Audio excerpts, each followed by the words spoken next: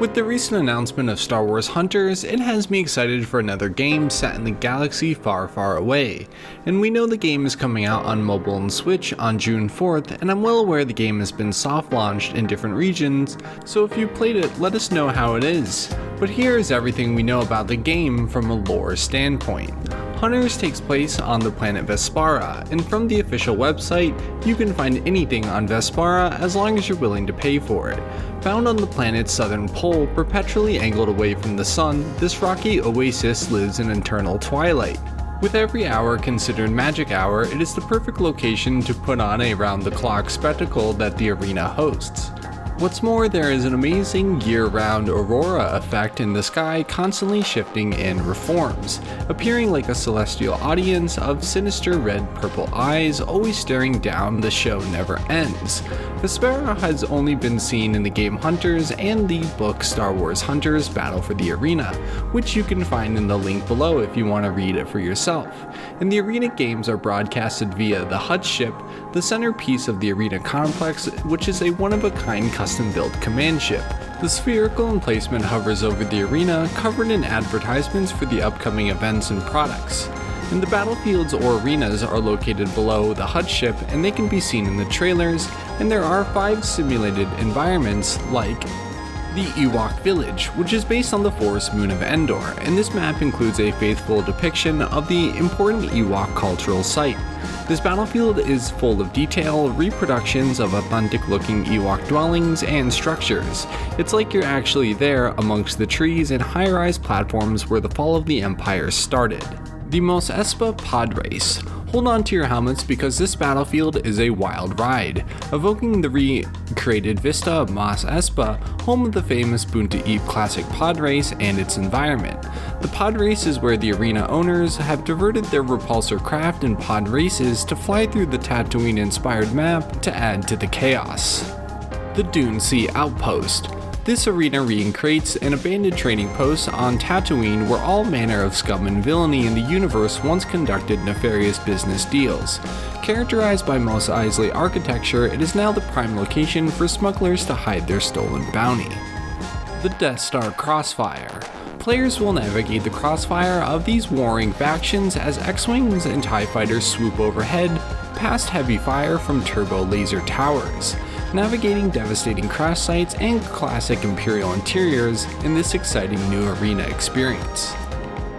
The Vandor Rail Yard. This new multimodal map is set on an Imperial rail crawler facility nestled deep in the mountains of Vandor.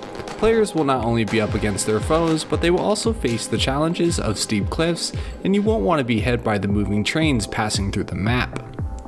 There also appears to be a Hoth map called Aftermath and a Gauntlet map, which we can see images of but aren't listed on the official website, but again we can see them in trailers and images online. All around, each of these arenas sound like great and faithful recreations of some of our favorite places across the galaxy. There are also 13 characters listed on the website as followed, with brief descriptions and their weapons in the arena. Starting off with Diego, the Mira Lurka sharpshooter. Supremely suave, Diego has the sharpest shot you'll likely ever to see. Though naturally born without sight as a Mira Lurka, he performs trick shots that blow audiences' minds and utterly confound his opponents. Some suspect magic, some suspect trickery, some suspect the Force. Regardless, he seems like a miracle in the arena, and his weapons include a slug thrower rifle. Char the Trandoshan Trapper. Char is an expert hunter, trapper, and tracker with reverence for wildlife and big game animals. As a thrill seeker, Char loves the high stakes of the arena, and his weapon includes a scattergun. Sprocket the Mon Calamari Prodigy. Sprocket is a wide-eyed whiz kid who has never met a technical problem he can't solve. Inside the arena, that translates to a combatant who more than makes up for his lack of brawn with his quick thinking, fast reflexes, and superior technology. He's also a passionate fan of Hunters of the Outer Rim, and his childlike enthusiasm can warm the hearts of even the toughest members of the audience. There will always be a special bond between Sprocket and J3DI because Sprocket built and programmed the droid himself. He sees J3DI as one of his greatest achievements, acting as a proud father whenever the droid makes an appearance, and his weapons include blaster remotes. Sentinel, the Imperial Heavy Gunner. Sentinel is an arrogant loudmouth leftover from the Empire, and don't mention the crack in his helmet or you might end up staring down the barrel of his E-Web Heavy Repeater. One of Sentinel's few allies is Slingshot. Sentinel hasn't joined forces with Dizzy out of friendship, but rather because he sees the value in utilizing the Ugnaughts' engineering skills to keep his gear in prime condition, and of course his weapon includes the E-Web Heavy Repeater. Skora, the Rhodian Sawbones. A chemistry genius, Skora uses her fiendish intellect to engineer stims for allies and poisons for enemies. This skill served her well during the former days as a medic for the HUD cartel, and if her close ties to the criminal underworld weren't alarming enough, she also has an affinity for pulling pranks that have resulted in more than a few explosions in the arena. Skora is allies with Emira Vex from past bounty missions, where she frequently patched Emira up. But that's about as deep as the relationship goes, business associates, and her weapons include a dart gun. Graz, the Wookiee Juggernaut. Towering over the other hunters, Graz is a ferocious engine of rampaging Wookiee power.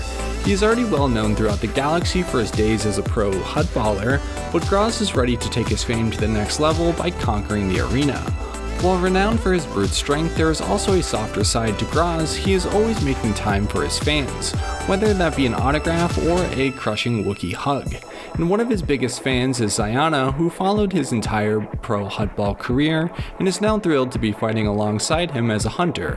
Graz admires Ziana for her role in the rebellion and wants to see his friend make it big inside the arena too. And his weapons include improvised clubs. Emira Vex, the Unrelenting Bounty Hunter. If there's one thing this professional bounty hunter has learned in her long career, it's that personal attachments complicate things, particularly when you never know the names of who might be next on your hit list. Emira Vex is a ruthless and efficient bounty hunter who uses the arena as a calling card to pick up bounties in her spare time. Vex has many enemies, but Aran Tal is a perpetual thorn in her side.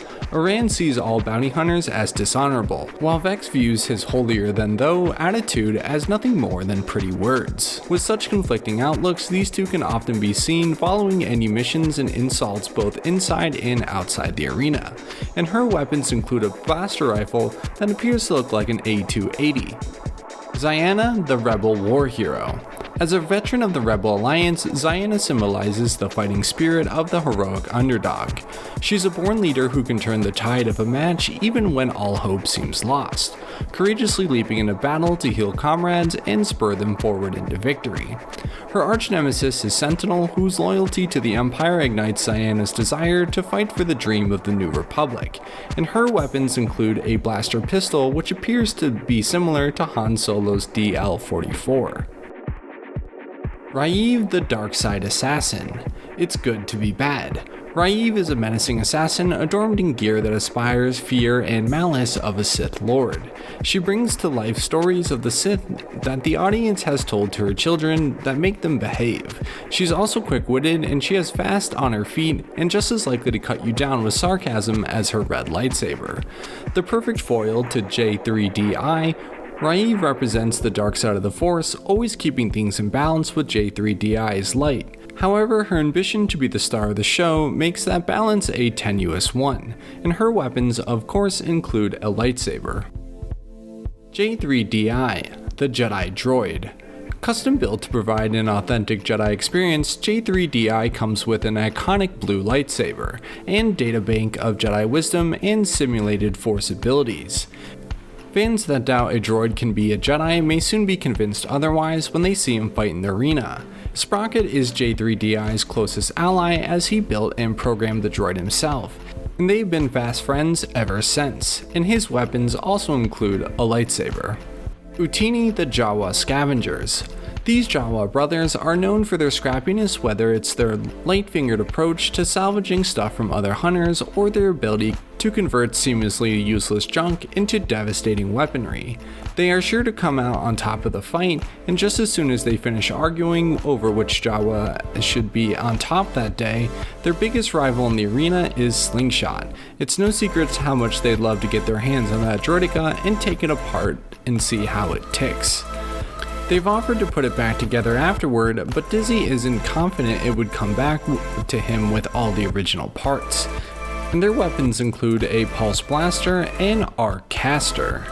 Slingshot the Droideka Speedster. A dynamic duo of mayhem, Slingshot is a fan-favorite villain because of their mischievous approach to competition. No Ugnaught and Droideka have ever been insufferable as Dizzy and his droid, who fully embrace their united persona as Slingshot, both on and off the battlefield. Slingshot is good friends with Sentinel and is always ready to join forces to prove the heroic hunters that he can't be beat, and his weapons include the Droideka's twin blaster cannons. And finally, there is Oran Tal, the Mandalorian Vanguard, who currently doesn't have a description on the website and is listed as coming soon, but from old updates on the website, I found this. The Mandalorian stalwart is here to call out the wicked and serve up fiery justice, and he most likely has custom Mandalorian Vespaara 35 blaster pistols.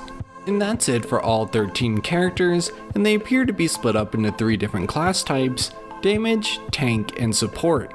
And this MOBA game looks to be a good time in the arena, and I'm all for it. And I love the quick lore bits we get about the planet Vespaara, the battlefields, and the characters. And there appears to be 4 game modes on the website, which include Squad Brawl, first to 20 kills, Dynamic Control, capturing rotating control points, Power Control, capturing the majority control points to score, and Trophy Case, take control of the droid TRO F33 to score, similar to Oddball and Halo. And there's no mention of Hutball, Graz's old sport, but maybe we'll see it in the future. But I certainly am looking forward to see how this game turns out, and if you want to know more about it, be sure to check out the book associated with the game in the link below. And I'll see you in the arena, and until next video, subscribe if you would like, and goodbye.